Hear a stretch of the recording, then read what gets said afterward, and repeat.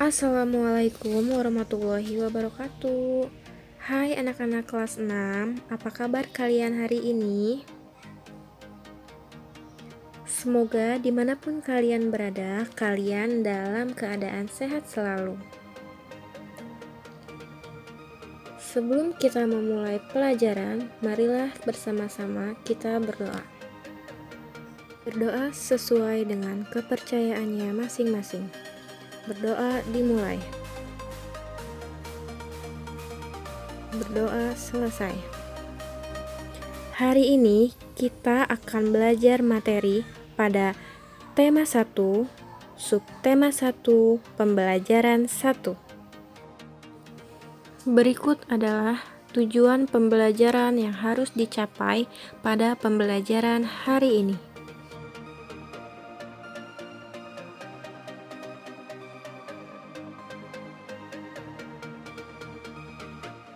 Baiklah anak-anak, kita akan masuk ke materi hari ini. Coba kalian perhatikan tumbuhan yang ada di sekitar tempat tinggal kalian. Apakah kalian tahu apa manfaat tumbuhan bagi kehidupan? Dalam gambar di samping, bisa dilihat bahwa manusia dan hewan memanfaatkan tumbuhan sebagai bahan pangan. Jadi, tumbuhan merupakan sumber kehidupan bagi makhluk hidup.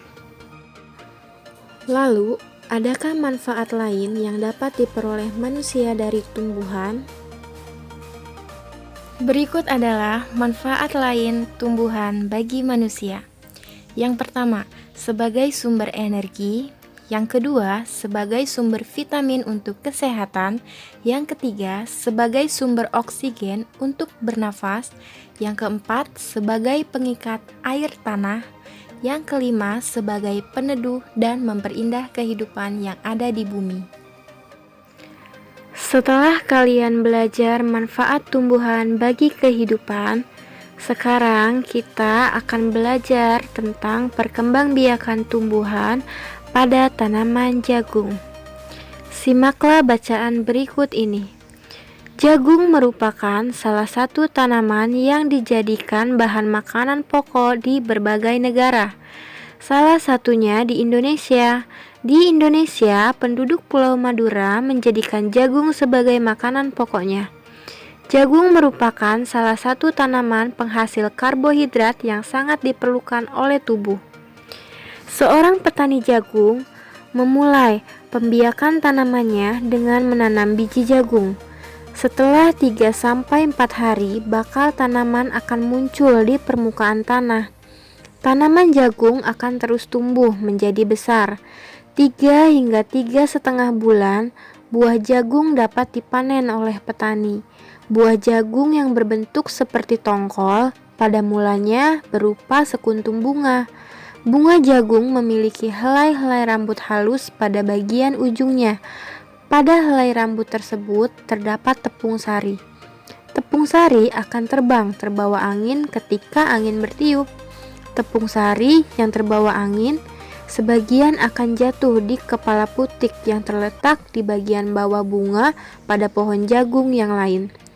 Ketika itulah terjadi pembuahan. Setelah terjadi pembuahan, bunga jagung tersebut terus berkembang hingga menjadi buah jagung. Perkembangan itulah yang dapat diamati dari waktu ke waktu.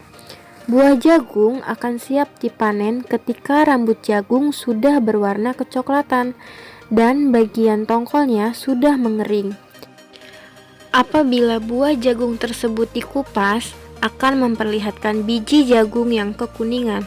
Bagian yang dimakan oleh manusia adalah biji jagung. Supaya jagung selalu tersedia sebagai bahan makanan manusia, maka petani jagung harus menanam kembali sebagian biji jagung dari hasil panen. Biji jagung yang sudah tua dapat ditanam kembali. Dari sinilah akan dimulai lagi perkembangbiakan jagung.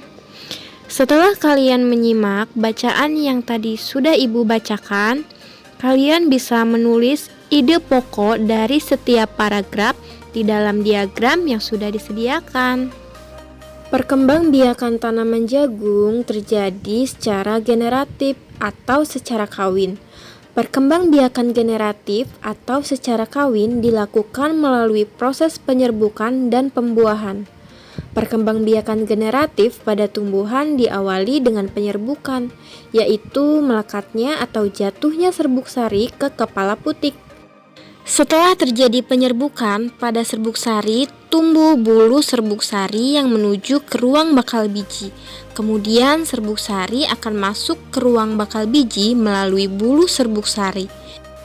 Di dalam ruang bakal biji terjadi pembuahan, yaitu peleburan serbuk sari atau sel kelamin jantan atau spermatozoid dengan kepala putik, sel kelamin betina atau sel telur.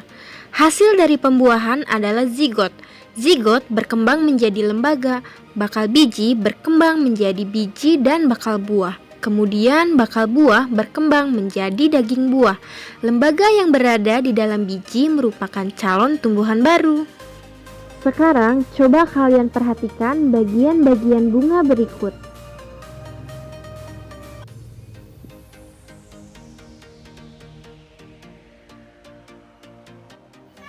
Bunga yang indah tidak hanya tumbuh di Indonesia. Negara-negara lain seperti negara tetangga pun memiliki bunga yang cantik.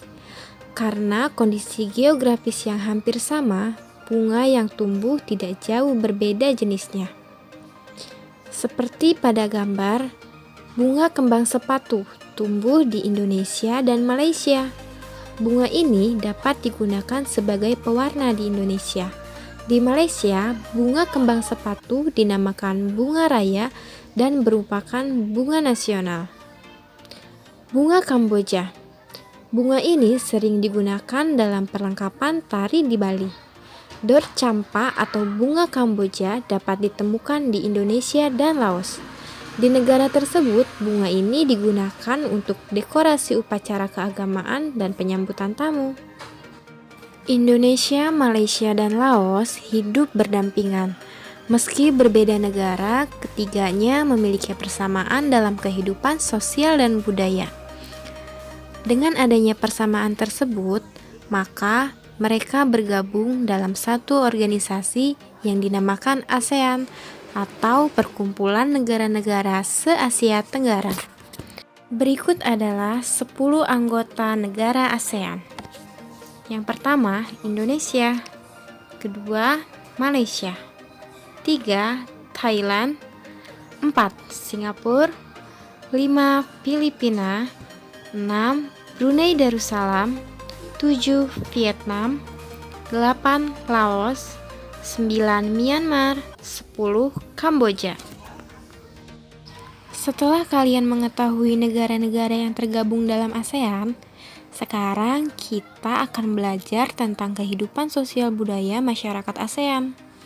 Yang pertama ialah Indonesia.